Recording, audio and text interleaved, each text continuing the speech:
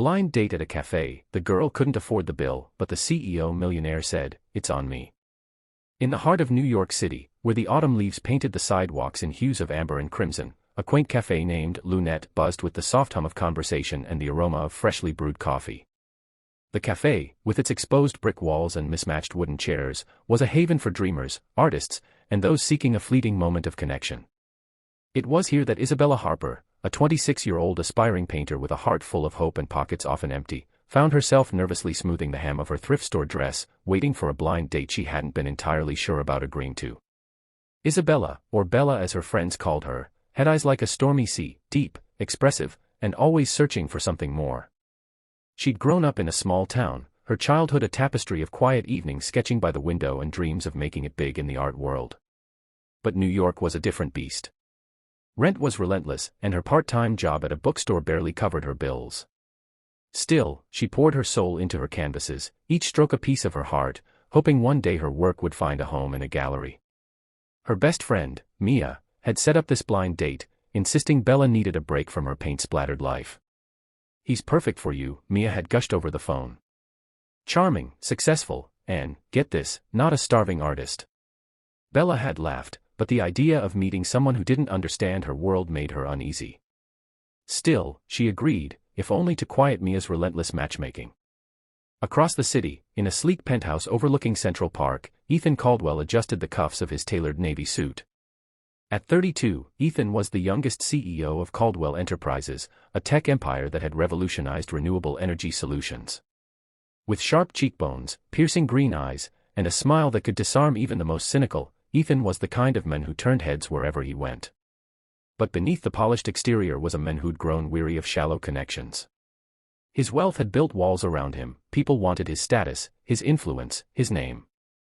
Rarely did anyone see the boy who'd once spent hours tinkering with gadgets in his father's garage, dreaming of changing the world. Ethan's sister, Claire, had orchestrated this blind date, claiming he needed someone real to shake up his carefully curated life. "She's an artist," Claire had said with a sly grin. "Not your usual type, but trust me, you'll like her." Ethan had rolled his eyes but agreed, intrigued by the idea of someone who didn't know his net worth or his title. He'd chosen Lunette for the date, a place far removed from the glitzy restaurants he usually frequented, hoping for something authentic. At 7 p.m., Bella sat at a corner table by the window, her sketchbook open in front of her as a nervous habit. She doodled absent-mindedly, her fingers tracing the outline of a woman's face, when the cafe door chimed. Ethan walked in, his presence commanding yet understated. He scanned the room, his eyes landing on Bella. Her auburn hair caught the warm glow of the cafe's pendant lights, and for a moment, he forgot why he was there. She looked up, their eyes met, and a shy smile curved her lips. "You must be Isabella," Ethan said, extending a hand as he approached. His voice was smooth, like aged whiskey, but there was a warmth to it that put her at ease.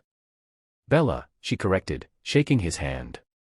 Her fingers were slightly calloused from years of holding paintbrushes, a detail Ethan noticed but didn't comment on. "And you're?" "Ethan," he said simply, omitting his last name. He wanted this to be real, not a transaction of status. They sat, and the conversation flowed surprisingly easily. Bella spoke passionately about her art, her eyes lighting up as she described the feeling of mixing colors to capture a fleeting emotion. Ethan listened, captivated, sharing stories of his childhood inventions and his dream to make the world greener. He didn't mention his company, and Bella didn't ask. For the first time in years, he felt like just Ethan, not the CEO, not the millionaire, just a man on a date. As the evening unfolded, they ordered coffee and pastries. Bella hesitated when the waiter listed the specials, her eyes flickering to the prices. She chose the cheapest item, a plain cappuccino, while Ethan ordered a latte and a slice of chocolate torte to share. They laughed over the torte, Bella teasing him for getting chocolate on his chin, and Ethan retaliating by stealing a sip of her cappuccino. It was effortless, like they'd known each other for years. But as the night drew to a close, the waiter placed the bill on the table. Bella reached for her purse, her heart sinking. She'd been so caught up in the moment that she hadn't checked her wallet before leaving her apartment. Rifling through it, she found only a crumpled $5 bill and a few coins, not nearly enough to cover her share. Her cheeks flushed with embarrassment, and she stammered, I'm so sorry, I didn't realize. I can't." Ethan's hand gently touched hers, stopping her mid-sentence. It's on me, he said softly, his tone devoid of judgment. He slid his card to the waiter, who whisked it away before Bella could protest. I can pay you back, she insisted, her pride stinging. Things have been tight lately. Bella, it's just coffee, Ethan said, his smile reassuring. Let me do this. I had a great time.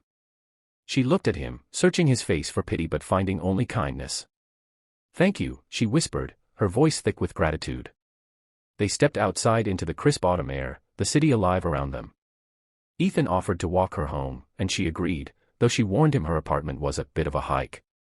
As they strolled through the streets, Bella opened up about her struggles, the rejection letters from galleries, the late-night shifts at the bookstore, the constant fear of not making it. Ethan listened, his heart aching for her resilience. He wanted to tell her who he was, to offer her a way out, but something told him she'd hate that.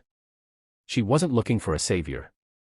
When they reached her building, a modest walk-up with peeling paint, Bella turned to him, her breath visible in the chilly air. I don't usually do this, she said, but would you like to come to my art show next week? It's just a small thing at a local gallery, but I'd love for you to see my work. Ethan's face lit up. I wouldn't miss it. The following week, Ethan arrived at the gallery, a cozy space packed with locals and artists. Bella's paintings lined the walls, vibrant, soulful pieces that seemed to pulse with life. He stood before one, a portrait of a woman with eyes that mirrored Bella's, and felt a lump in his throat. Her talent was undeniable, yet she was still unknown, fighting for her place. Bella spotted him and hurried over, her face glowing with nervous excitement. You came. Of course, he said, gesturing to the painting. This is incredible, Bella. You're incredible. She blushed, waving off the compliment, but he could see the pride in her eyes. They spent the evening talking about her art, her dreams, and the world she wanted to create. Ethan felt something shift inside him, a longing for something more than boardrooms and balance sheets. As the weeks turned into months, their connection deepened. Ethan revealed his identity, bracing for Bella's reaction, but she only laughed and said, I figured you weren't just a guy who liked fancy lattes. She didn't care about his wealth, she cared about the men who listened to her, who saw her. And Ethan, for the first time, felt truly seen too. One evening, back at Lunette, Bella slid an envelope across the table. Inside was a check, enough to cover her share of that first date, plus interest. I told you I'd pay you back, she said, grinning. Ethan laughed, pushing the envelope back. Keep it. Use it for paint. Make more art that breaks my heart. Bella's eyes softened, and she reached for his hand. You already have my heart, Ethan. And in that moment, in the warm glow of the café, with the world spinning outside, they both knew this was more than a blind date. It was the start of something real, something powerful, a love built not on money or status, but on two souls finding each other in a city that never stops.